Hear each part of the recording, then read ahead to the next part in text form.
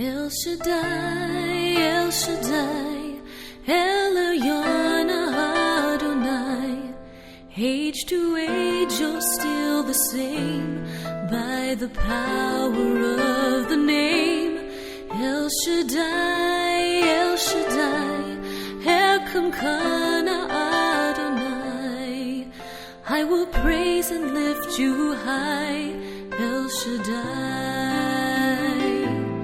Through your love and through the realm, you saved the son of Abraham. Through the power of your hands, you turned the sea into dry land. To the outcast on her knees, you were the God who really sees. And by your might, you set your children free. El Shaddai, El Shaddai, Elyon Adonai. Age to age you're still the same, by the power of the name. El Shaddai, El Shaddai, Elkamkana Adonai. I will praise you till I die, El Shaddai. Through the years you made it clear that the time of Christ was near.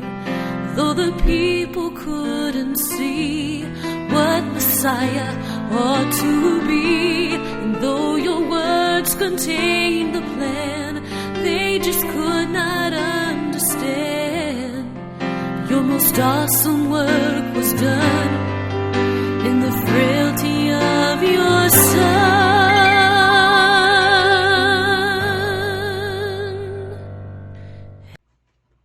The Way, the Truth ministry. I am the way and the truth and the life. No one comes to the Father except through me. If you really know me, you will know my Father as well. From now on, you do know him and have seen him. John 14:6.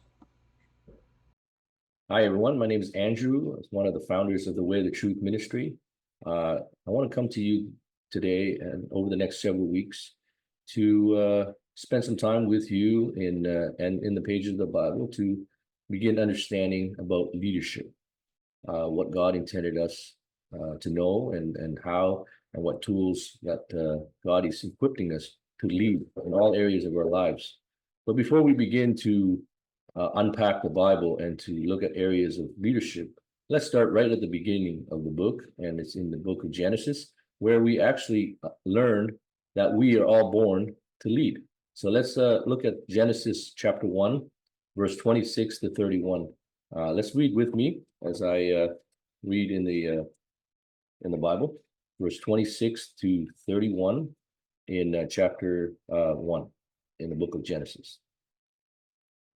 Then God said, "Let us make mankind in our image, in our likeness, so that they may rule over the fish in the sea, and the birds in the sky, over the livestock and all the wild animals, and over all the creatures that move along the ground."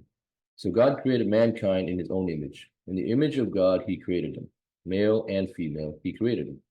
God blessed them and said to them, "Be fruitful and increase in numbers.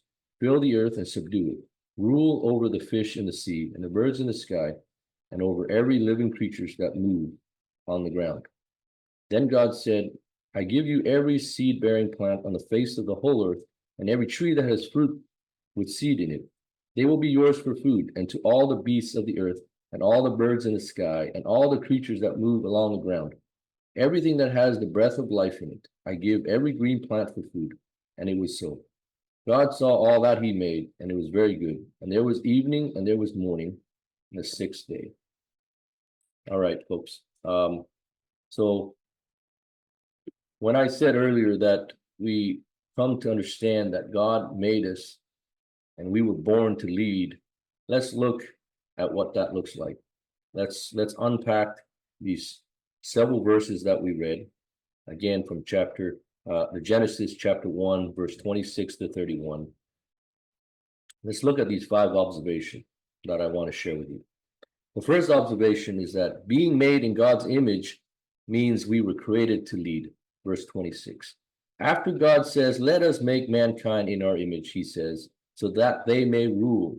One way we reflect God's image is by leading. Okay. The second observation I'll share here is that God commanded both male and female to rule. Verse 27. Both men and women have been given the ability and authority to lead. Leadership is not gender specific. Observation 3. We are to rule over the earth, but not necessarily over each other. Okay. Verse 28. So we were not directed to rule each other, but over earth's creatures. But history is largely the story of how men and women have perverted their God-given purpose and roles by trying to rule over each other. Moving to observation 4. So all of us are to serve one another in the areas of gifting and purpose. Verse 29 and 30. God created everything for a purpose. Our general purpose is to lead, but each of us should ask God, Lord, what is my specific purpose? And last, each person's leadership is best exercised in his or her area of giftness. Verse 31.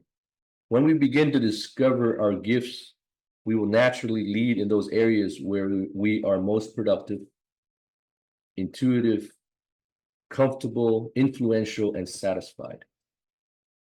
Folks, one of the things that has illuminated to me as I think about leading and leadership is to all great leaders have a vision. They begin with a vision.